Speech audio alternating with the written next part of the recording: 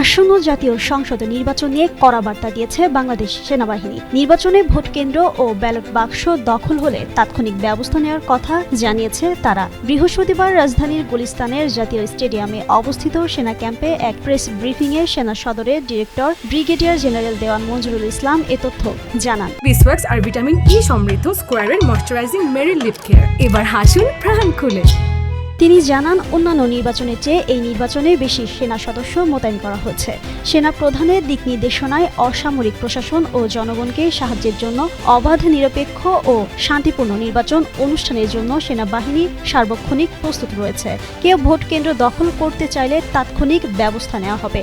সেনা সদরের ডিরেক্টর আরও জানান, সেনাবাহিনী 10,152টি অস্ত্র এখন পর্যন্ত উদ্ধার করেছে। অসামরিক বাহিনীর সঙ্গে সমন্বয়ের জন্য সার্বক্ষণিক মনিটরিং সেল তৈরি করেছে সেনাবাহিনী। নির্বাচনের পরে সেনাবাহিনী কতদিন মাঠে থাকবে এটা একান্তই সরকারের সিদ্ধান্ত।